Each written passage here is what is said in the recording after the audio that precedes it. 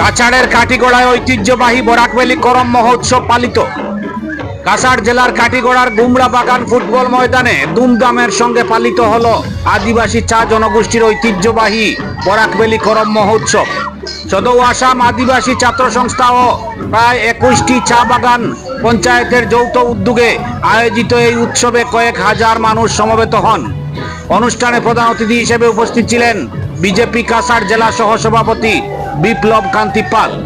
এছাড়াও বিধায়ক কমলাক্ষ দেব পুরকায়স্থ, মন্ডল সভাপতি নিত্য গোপাল দাস, নিরাপদ দাস সহ অন্যান্য বিশিষ্ট ব্যক্তিবর্গ উপস্থিত ছিলেন।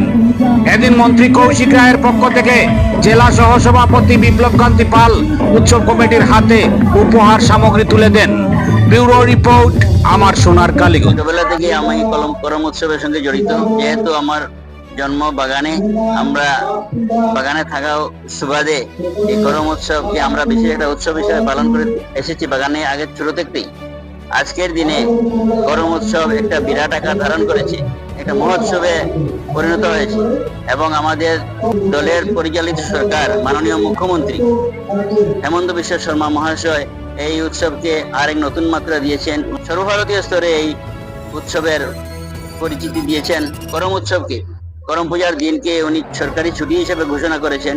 এটা তাহার একটা মহৎ কাজের একটি নিদর্শন।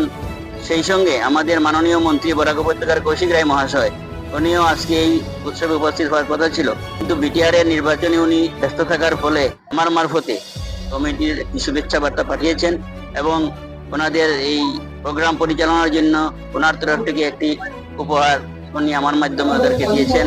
করম উৎসবের তরফ থেকে আমরা মন্ত্রী এবং মুখ্যমন্ত্রী দুজনকেই আমরা অভিনন্দন জানাচ্ছি।